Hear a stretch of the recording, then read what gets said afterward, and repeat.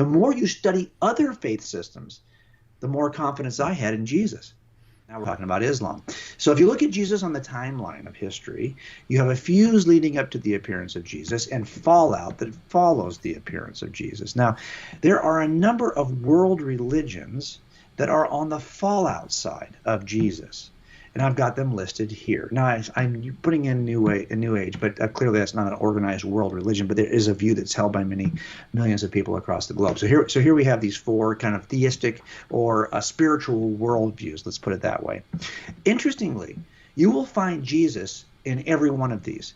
You will find Jesus mentioned because he's either mentioned, merged, or modified. In every one of these, on the pages of the Quran, as of course you know, on the Holy Scripture of Baha'u'llah, the Baha'i faith. So in all of these, even New Agers will mention Jesus in a very admirable way. Now, interestingly, though, there are some world religions, and let's just go back and show you those that precede Jesus. Here they are in the fuse. So these are ancient mythologies, and some of these are still active world religions that preceded Jesus. Interestingly, Jesus is also mentioned and merged and modified in these world religions, which makes no sense, right? Because they precede Jesus. But here's the thing. A lot of these extend into the Common Era. And as the worshipers were worshiping in the Common Era, they now began to change or include or modify their beliefs to include Jesus. So let me show you what I mean by that. So here's kind of the chronology of Jesus in time. Let's go to something quite ancient, Hinduism. That precedes Jesus, but it turns out that if you read the writings of Hindu leaders today, you'll find that they mention Jesus in a very favorable light. In fact, they even merge Jesus in, and they consider him to be part of their construct. They consider him to be divine. The world leaders in Hinduism will actually mention Jesus in a favorable way. For example, they will mention the details of Jesus's life.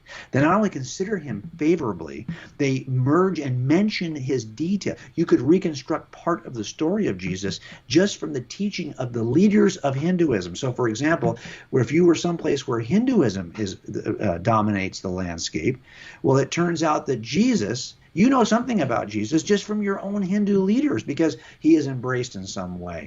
Now let's take a look at the second, Attis. No one's worshiping Attis anymore. But it's interesting that after Attis worshipers enter into the Common Era, they begin to modify their beliefs.